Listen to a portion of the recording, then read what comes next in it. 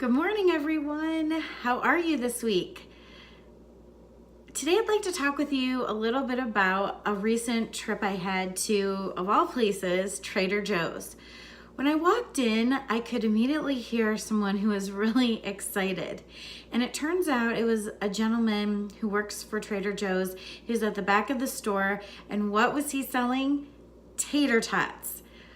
And he was very passionate about it. I mean, they are tater tots. It's hard not to be passionate about tater tots. But he was engaging people. He was drawing them into with his excitement and his passion. And he also had a fair amount of knowledge about these particular tater tots, why they were better than the average tot and healthier and things like that. I have to say, when I went past him, I knew I did not want to leave with these just because, but anyone who walked up or was within kind of like his grasp, so to speak, I think they left with some tater tots, and I bet they're not going to be disappointed. And I was thinking about that in terms of how to get that engagement from your job, or if you're a leader or a business owner, how to get that type of excitement and engagement from your employees. I mean, it can be tricky, and also it can feel like it's hard to sustain that sometimes. I mean, not everybody gets to work with fun products like Trader Joe's Tater Tots and that amazing cookie butter stuff. So how do you keep that excitement? How do you keep people engaged and happy? And it's really all about finding what they're passionate about still, and knowing how to leverage that and finding ways that you can tap into their passions and their dreams while at work. And if you work for somebody else, really think about the opportunities that are around you that excite you, and how can you get more involved with those. You can't always wait to be chosen by a leader, so sometimes you have to do some investigating and navigate your own career to give yourself the best opportunities as possible. And with leaders, it's really important for you to ask questions about what makes people so excited, and just saying, I've noticed that you haven't seemed really excited or joyful here at work today or lately. So what can we do to change that? And maybe those aren't exactly the words that you want to use. Use words that are meaningful to you and your business and your employees. But think about their growth. Think about giving people new challenges, new ways to show you all the good stuff they bring, why you hired them in the first place. And sometimes it actually is about knowing when to help people find something different. And that can be really hard because you can feel like you've invested so much, and it can be hard for them to leave because they feel like they're being disloyal.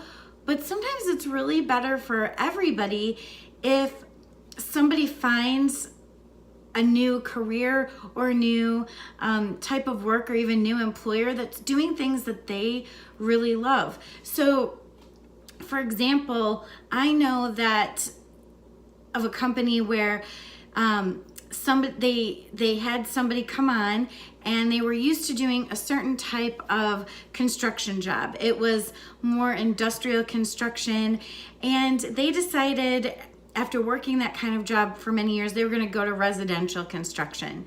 And that worked for about 2 or 3 years, and everyone really wanted this to work out, but it ended up not really working out after a few years. And it was because this person just really loved the pace, the big projects that industrial construction provided, as opposed to smaller projects with homeowners who can be very, particular and present a lot of times on the job. So it's just knowing that. And so the great thing is that everybody was honest with each other, and it wasn't a case of not being loyal, whatever. It just, everyone kind of figured out that after three or so years, it wasn't the great fit. So the they all work together to find this person another new exciting opportunity in industrial construction. And I can see that in the meantime, you know, that person is going to go out and say great things about this residential builder, and it's going to like the benefits are going to come all the way back around. And how, you know, while it's tough as the business owner to know that somebody's got to go, how great can this business owner feel about himself because he enabled this person to really do what they're passionate about and makes them happy. Sometimes that's the best solution.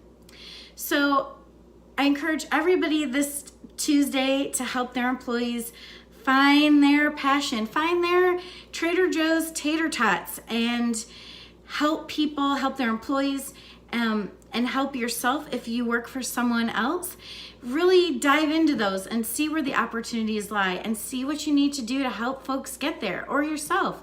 Maybe it's a training course. Maybe it's getting a mentor who's really great at what you do or often gets these opportunities. Whatever it is, make it happen, because, you know, just kind of sitting around waiting for something to change, the thing that's going to change is the disenchantment is just going to become greater and greater, and you're not going to get the passionate tater tot guy at Trader Joe's. So I hope you all have a good week, and I'll talk with you soon.